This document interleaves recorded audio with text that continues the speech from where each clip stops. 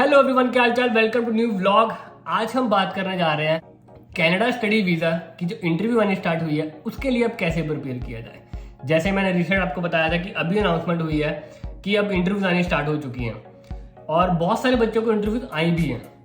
ठीक है, ये इंटरव्यू आपको जो एप्लीकेशन आएगी वो आपके जीसी की में आएगी। उसमें हर एक चीज़ आपको लिखी होगी कि आपको कौन कौन से डॉक्यूमेंट्स लेके जाने हैं, कहाँ जाना है, कौन सी डेट है, क्या लोकेशन है। ठीक है, अब उसके इंटरव्यू के लिए प्रिपेयर कैसे करना है हम वो बात करते हैं। सबसे पहले आपको पैनिक नहीं करना बिल्कुल भी, बिकॉज ये प्रीटी नॉर्मल है। जैसे बाकी कंट्रीज लेती है, यूके लेता है, यूएस लेता है स्टूडेंट वीजा इंटरव्यू, और कनाडा ने भी अब ये चीज स्टार्ट कर दी है। अब इसके लिए आपको कैसे प्रिपेयर करना है सबसे पहले हम वो बात करते हैं। वो आपको रॉकेट साइंस या कुछ ऐसा तो पूछेंगे नहीं, वो आपको सिर्फ आपके बारे में पूछेंगे। अब वो क्या क्या पूछ सकते हैं सबसे पहले हम वो डिस्कस करते हैं। सबसे पहले वो पूछ सकते हैं एकेडमिक बैकग्राउंड। आपने 10th में क्या किया, आपने उसके बाद 10th के बाद 12th करी है, 12th में क्या किया आपने, कौन सी आपकी स्ट्रीम है 12th में, जैसे नॉन मेडिकल है, कॉमर्स है, आर्ट्स है, उसमें कौन से आपके कोर सब्जेक्ट्स है, आपको पता होना चाहिए वो चीज़। जैसे नॉन मेडिकल में फिजिक्स, केमिस्ट्री, मैथ्स होता है और अपना मेडिकल में बायो होती है, कॉमर्स में अकाउंट, जैसे ये सारे कोर सब्जेक्ट्स हैं जिनकी आपको नॉलेज होनी चाहिए कि कौन कौन से सब्जेक्ट्स हैं। और इसके अलावा वो क्या पूछ सकते हैं कि आपने 10th कौन से ईयर में पास करी, 12th कौन से ईयर में पास करी, क्या परसेंटेज है आपकी 10th और 12th में। जैसे कई बार हमें रिमेंबर नहीं रहता कि 10th में मेरी कितनी परसेंटेज थी, भाई याद नहीं है ठीक से, 89 या 90 या इतनी थी भाई। ठीक है, तो ये चीज़ें आपको अच्छे से पता होनी चाहिए कि आपके कितने मार्क्स आए हैं 10th में, 12th में। अगर आपने उसके बाद ग्रेजुएशन भी करी है तो अगर आपने ग्रेजुएशन करी है तो उसमें कौन कौन से सब्जेक्ट्स आपने पढ़े, उसमें क्या क्या परसेंटेज थी, किस ईयर में आप ग्रेजुएट हुए। अगर उसके बाद आपका एक्सपीरियंस है तो आप उसके बारे में भी आपको पता होना चाहिए। ठीक है, यही सारी चीज़ें बेसिक वो आपके बारे में पूछेंगे। इसके बाद पॉइंट आता है कि आपका फीस स्ट्रक्चर क्या है, जो आप कोर्स लेने जा रहे हो उसका फीस स्ट्रक्चर क्या है, उसकी कितनी फीस है। ठीक है, वो फीस कौन पे करेगा, आपके ऑब्वियसली आपके पेरेंट्स करेंगे। ठीक है, और फीस वो किस अकाउंट से ट्रांसफर हुई है वो भी आपको पता होना चाहिए। जीआईसी किसके अकाउंट से ट्रांसफर हुई है वो भी पता होना चाहिए।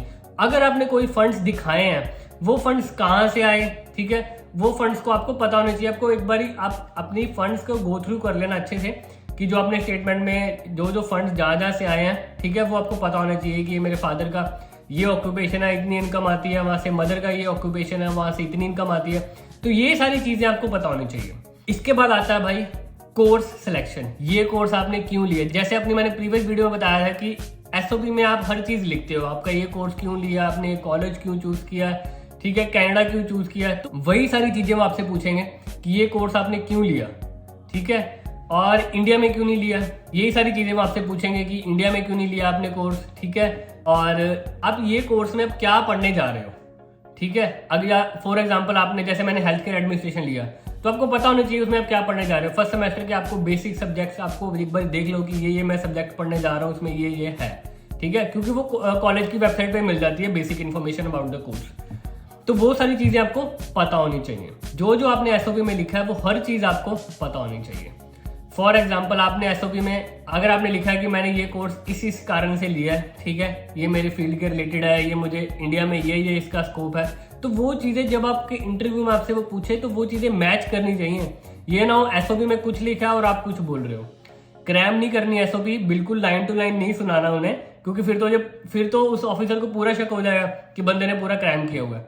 हाँ, आप उसे अपनी लैंग्वेज में बता सकते हो, थोड़ा बहुत पैराफ्रेज करके बता सकते हो कि इन्फॉर्मेशन मैच करनी चाहिए। ठीक है, आप थोड़ा बहुत और पॉइंट्स को एलैबोरेट भी कर सकते हो, जैसे अपनी एसओपी में जो आपने लिखा है उसे थोड़ा आप एलैबोरेट भी कर सकते हो।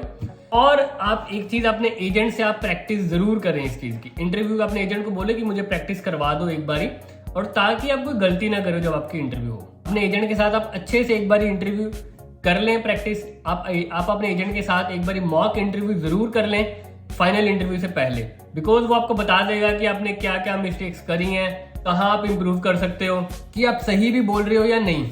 ये सारी चीजें आप एजेंट के साथ आप डिस्कस करो बैठ के, उसके साथ प्रैक्टिस करो।